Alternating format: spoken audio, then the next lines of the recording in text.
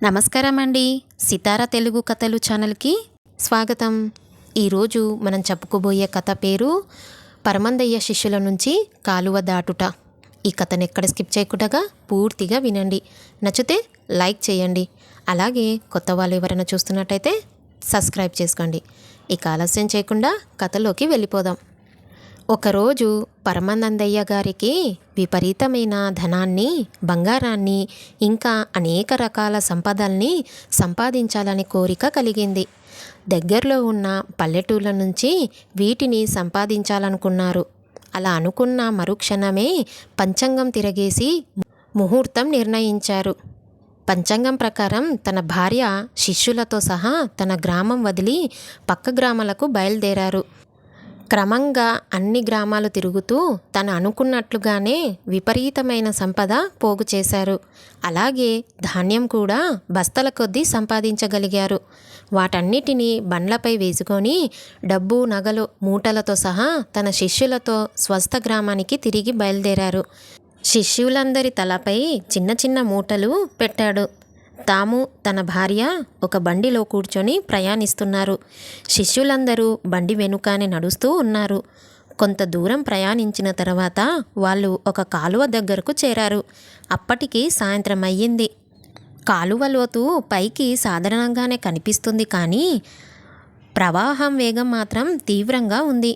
కాలువ దగ్గర పరమానందయ్య, అతని భార్య బండిలోంచి కిందకు దిగారు. కాలువను చూసి పరమానందయ్య గారికి ఒక సందేహం తలెత్తింది. అసలు ఈ కాలువకు ఏమైనా జ్ఞానముందా? మేము యువతల గ్రామానికి వచ్చేటప్పుడు కేవలం మోకాల లోతు మాత్రమే ఉంది. ఇప్పుడు లోతతో పాటుగా ప్రవాహ వేగం కూడా పెరిగింది. నా దగ్గర ఉన్న సంపదలను, శిష్యులను చూసి ఆ కాలువకు అసూయ కలిగినట్టుగా ఉంది అని అనుకున్నాడు పరమానందయ్య గారు. ఆ భావంతోనే ఆయన తన శిష్యులతో ఇలా అన్నారు: ఈ కాలువ మనల్ని ఎంతకాలం ఆపగలుగుతుందో చూద్దాం. ఆ మాటలకు అందరూ కాలువ గట్టు దగ్గరకు తిష్టవేశారు. కొద్ది సమయం తర్వాత గురువుగారు, చీకటి పడుతుంది, ఏం చేద్దామంటారు అని శిష్యులు అడిగారు. పరమానందయ్య గారు సందిగ్ధంలో పడ్డారు. అతని శిష్యులు మాత్రం కాలం గడవటానికి కథలు చెప్పుకోవటం మొదలుపెట్టారు. కాలువ గురించి కూడా వాళ్ళు అనేక రకాలుగా చెప్పుకుంటున్నారు. వాళ్ళలో ఒకడు ఇలా చెప్పటం మొదలుపెట్టాడు: ఒకప్పుడు ఈ కాలువలో ఒక చుక్క నీరు కూడా ఉండేది కాదు. అలా ఉన్నప్పుడు ఒకసారి ఒక పెళ్లి బృందం ఈ కాలువను దాటుతూ ఉంది. అందరూ నీళ్లు లేని ఈ కాలువలోంచి అవతలి గట్టుకు నడుచుకుంటూ వెళ్తున్నారు. వాళ్ళు కాలువ మధ్యలో ఉండగా హఠాత్తుగా ఎక్కడి నుంచో నీరు విపరీతంగా వచ్చింది. వాళ్ళందరూ ఆ ప్రవాహంలో కొట్టుకుపోయారు. ఆ తర్వాత వాళ్ళందరూ శవాలుగా వేరువేరు చోట్ల తేలారు. ఆ తాతగారు చెప్పినట్టు ఈ ప్రపంచం మొత్తంలో ఈ కాలువ అంతా కంత్రి కాలువ మరెక్కడా లేదు. ఇతరులు సంతోషంగా ఉంటే ఈ కాలువ సహించలేదు. దీనికి విపరీతమైన అసూయ. నీళ్లు లేనప్పుడే ఇది కంత్రి పనులు చేసేది. ఇప్పుడు నీళ్లు నిండుగా ఉన్నాయి, ఇప్పుడే కంత్రి పని చేస్తుందో? మనం తీవ్రంగా ఆలోచించి మాత్రమే ఒక నిర్ణయం తీసుకోవాలి. అలా చెయ్యకపోతే మనం అనవసరంగా ప్రాణాల్ని కోల్పోవాల్సి వస్తుంది. ఈ మాటలను వినటంతో పరమానందయ్య గారి శిష్యులందరూ భయంతో కంపించిపోయారు. తమ గురువుగారి ఆజ్ఞ కోసం ఎదురు చూస్తున్నారు. గురువుగారు మాత్రం కళ్ళు మూసుకొని ఈ ఉపద్రవం నుంచి బయటపడే మార్గాన్ని గురించి తీవ్రంగా ఆలోచిస్తున్నారు. ఇంకొక శిష్యుడు ఆ కాలువ గురించే మరొక కథ చెప్పటం ప్రారంభించాడు. ఈ కాలువ ఒట్టి దొంగది, అది అలా కనిపించదు. ఇది మా తాతగారి ఉప్పు వ్యాపారాన్ని నాశనం చేసింది. అయినా ఎడ్ల బండిపై ఉప్పు బస్తాలను వేసుకొని అనేక గ్రామాలు తిరిగి ఉప్పు వ్యాపారం చేస్తూ ఉండేవాడు. ఒకరోజు ఆయన మనలాగనే ఈ కాలువను దాటాల్సి వచ్చింది. నీళ్లు లేని ఈ కాలువను బండితో దాటుతూ ఉన్నాడు. అదే సమయంలో విపరీతమైన వేగంతో నీరు తోసుకొచ్చింది. ఆ ప్రవాహానికి ఎడ్లు నీళ్ళలో మునిగిపోయాయి. బండి తల్లక్రిందులయ్యింది. 10 మంది సహాయంతో మా తాత బండిని ఒడ్డుకు తీసుకురాగలిగాడు. అలాగే అతి కష్టం మీద మునిగిపోయిన ఎడ్లను కూడా కాపాడగలిగాడు. అయితే ఒడ్డుకు వచ్చి చూస్తే బండి మీద ఉప్పు బస్తాల మూతులు కుట్టునవి కుట్టునట్లుగానే ఉన్నాయి. బస్తాల్లోని ఉప్పు మాత్రం మాయమయ్యింది. అందుకు మా తాత విపరీతంగా బాధపడ్డాడు. ఇంటికెళ్ళిన తర్వాత ఆయన జబ్బు పడ్డాడు. ఆ తరువాత ఆ జబ్బుతోనే చనిపోయాడు. పై కథ విన్న తరువాత పరమానందయ్య గారు అతని శిష్యులు విపరీతంగా భయపడ్డారు. తమ దగ్గర బస్తాలన్నిటినీ ఆ కాలువ తీసుకుపోతుందని భయపడ్డారు. అందువల్ల అందరూ విషాదనంలో ఉన్నారు. పరమానందయ్య గారు సందిగ్ధంలో ఉన్నారు. ఆ తరువాత పరమానందయ్య గారు శిష్యులందరినీ పిలిచి బస్తలు పక్కకు పెట్టి కాలువ ఒడ్డుకు కూర్చోమన్నారు. అందుకు గురువుగారు చెప్పినట్లే చేశారు. ఒక శిష్యుణ్ణి పిలిచి కాలువ నిద్రపోతుందో లేదో చూడు అని అన్నారు. శిష్యుడు కాలువ దగ్గరకు వెళ్ళి తీక్షణంగా గమనించాడు. కాలువ నిద్రలో ఉందో మేలుకువతో ఉందో శిష్యుడికి అర్థం కాలేదు. చివరికి అతనికొక ఆలోచన తట్టింది.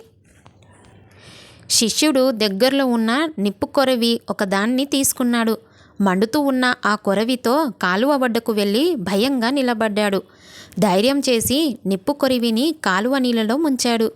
కొరివిని నీటిలో ముంచిన వెంటనే కొరివినుకున్న మంట బుసబుస శబ్దం చేసి ఆరిపోయింది. దాంతో శిష్యుడు విపరీతమైన భయానికి లోనయ్యి వణికిపోయాడు. కాలువ మేలుకువతోనే ఉందని నిర్ధారించుకున్నాడు. వెంటనే గురువుగారి వద్దకు వెళ్ళి కాలువ మేలుకువతోనే ఉందని చెప్పాడు ఆ శిష్యుడు. మేలుకువతో ఉందని నువ్వు ఎలా చెప్పగలవు అని ప్రశ్నించాడు గురువుగారు. శిష్యుడు వెంటనే జరిగిన సంఘటన అంతా వివరంగా గురువుగారికి చెప్పాడు. గురువుగారు, నేను కాలువకు నిప్పు పెట్టాను. అందుకు నా మీద ఈ కాలువ ఎటువంటి ప్రతీకారం తీసుకుంటుందోనని భయంగా ఉంది అన్నాడు. అందుకు గురువుగారు, భయపడవద్దు, నేనిక్కడ ఉండగా నీకు ఎటువంటి ప్రమాదం జరగదు. ఈ కాలువ నీకేదైనా అపకారం తలపెట్టాలని చూస్తే నేను దాన్ని చంపేస్తాను అని శిష్యుణ్ణి ఓదార్చారు. నేను ఈ కాలువని శపించటం వల్ల అది ఎండిపోతుంది. అప్పుడు కాలువలో నీళ్లు లేక ప్రజలు ఇబ్బందులు పడుతారు. అందువల్ల దీన్ని క్షమించి వదిలివేస్తున్నాను. అన్నిటికంటే ముఖ్యంగా నదిని శపించటం పాపం. కాబట్టి మనం కొంత సమయం ఆగుదాం అన్నారు గురువుగారు. కొద్ది సమయం గడిచిన తర్వాత మరొక శిష్యుణ్ణి పిలిచి, గురువుగారు, వెళ్ళి మరొకసారి కాలువ పరిస్థితి ఎలా ఉందో తెలుసుకొనిరా అన్నారు. శిష్యుడు అక్కడి నుంచి కదలలేకపోయాడు. అప్పుడు గురువుగారు మరొకరిని తోడు తీసుకెళ్ళమని శిష్యుణ్ణి ఆదేశించాడు. అతనితో వెళ్ళేందుకు ఎవ్వరు సిద్ధం కాలేదు. అప్పుడు గురువుగారు ముందుగా కాలువ దగ్గరకు వెళ్ళిన శిష్యుణ్ణి తోడుగా వెళ్ళమని ఆదేశించారు. కాలువ దగ్గరకు వెళితే అది నన్ను తినేస్తుంది. అది నా మీద ప్రతీకారం తీసుకోవటానికి సిద్ధంగా ఉంది అన్నాడు. మనమందరం క్లిష్ట పరిస్థితిలో ఉన్నాం అని అన్నాడు గురువుగారు. ఏం చెయ్యాలో గురువుగారికి తోచటం లేదు. అప్పుడు పరమానందయ్య గారి భార్య సుందరమ్మ ఇలా అన్నది, ఎవ్వరు వెళ్ళి చూడకపోతే మనం ఇక్కడే ఉండిపోవాల్సి వస్తుంది. సూర్యుడు కూడా అస్తమించబోతున్నాడు. ఈ రాత్రికి మనం ఇక్కడే ఉంటే నక్కలు, అడవి పందులు వచ్చి మనల్ని తినేస్తాయి. దొంగలు మనల్ని దోచుకుపోతారు. రాత్రికి దయ్యాలు మన మీద దాడి చేస్తాయి. అందువల్ల ఎవరో ఒకరు వెళ్ళి చూసి రావటం మంచిది. దయ్యాలు, భూతాలు అనే మాట విన్న వెంటనే శిష్యులందరూ ఏడుపులు, పెడపబ్బులు మొదలుపెట్టారు. ఒకరినొకరు కౌగిలించుకొని భయంతో వణికిపోవటం మొదలుపెట్టారు. విచారించబోకండి, ఇంకా సమయం ఉంది. మనం తెలివిగా ప్రవర్తించాలి. కాలువ గనుక నిద్రిస్తూ ఉన్నట్లయితే సాయంత్రం ముగియటానికి ముందే మెల్లగా మనం దాన్ని దాటిపోవచ్చు. అందువల్ల మనలో ఎవరో ఒకరు వెళ్ళి కాలువ నిద్రిస్తున్నది లేనిది తెలుసుకొని రావాలి. తప్పదు మరి. ఎవరో ఒకరు వెంటనే బయలుదేరండి అన్నారు పరమానందయ్య గారు. దయ్యాల ప్రస్తావన సుందరమ్మ తెచ్చిన తర్వాత శిష్యులు ఒక నిర్ణయానికి వచ్చారు. దయ్యాల చేతిలో చావటం కంటే వెళ్ళి ఆ కాలువలో చావటం ఉత్తమమని వారు భావించారు. అందుకని వాళ్ళలో ఒకడు తెగించి ఇలా అన్నాడు, మీరంతా నా వెనుక నిలబడి ఉంటే కాలువ నిద్రపోయినది లేనిది అనేది నేను చూస్తాను అనేసరికి ఆ ప్రతిపాదనకు అందరూ అంగీకరించారు.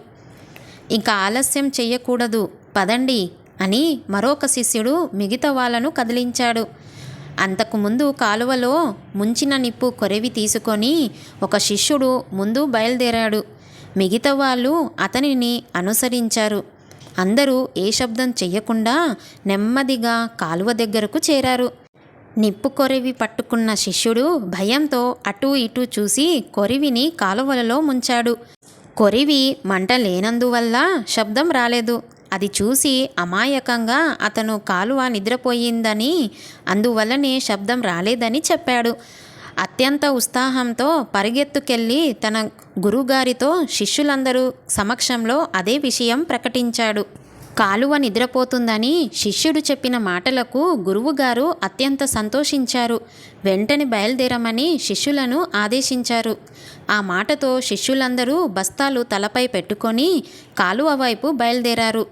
కాలువ దగ్గరకు చేరి ఒడ్డున ఆగారు. పరమానందయ్య గారు, అతని భార్య సుందరమ్మ గారు ఇద్దరు కలిసి ముందుకు నడవమని శిష్యులకు చెప్పారు. గురువుగారు, ముందు మీరుండి మమ్మల్ని నడిపించండి, మేం మిమ్మల్ని అనుసరిస్తాం అని అన్నారు. శిష్యులు పరమానందయ్య గారు ఏమి పాలపోక భార్య వైపు చూశారు. ఆమె ముందుకు పదమని అతనికి చెప్పింది. ఇక పరమానందయ్య గారు కదలక తప్పలేదు. పరమానందయ్య గారు 3000 దేవుళ్లను ప్రార్థించి కాలువలో దిగారు. అలాగే శిష్యుల్ని కూడా దైవ ప్రార్థన చేస్తూ కాలువలో దిగమని ఆదేశించారు. ముందుగా కాలువలో దిగిన గురువుగారికి ఏమి కాలేదనే ధైర్యంతో మిగతా శిష్యగణం కూడా కాలువలో దిగింది. దాదాపు అందరూ వణికిపోతూ కాలువలో నడుస్తున్నారు. 5 నిమిషాలు నడిచిన తర్వాత అవతలి ఒడ్డుకు చేరారు. ఈ కథలో ఉన్న నది దాటుట అనే భాగాన్ని ఇంతటితో ముగింపు అండి. మరొక భాగం రేపటి రోజు మనం విందాం. ఇప్పటి వరకు ఈ కథ విన్నవాళ్ళు నచ్చితే గనక లైక్ చేయండి. అలాగే మరొక భాగాన్ని వినాలనుకుంటే మన ఛానల్ని సబ్స్క్రైబ్ చేసుకోండి. చదివే సమయంలో ఏదైనా చిన్న చిన్న తప్పులుగా అనిపిస్తే దయచేసి మన్నించాలని కోరుకుంటూ రేపటి భాగంలో మళ్ళీ మీ ముందుకు వస్తాను. అంతవరకు నమస్కారం అండి.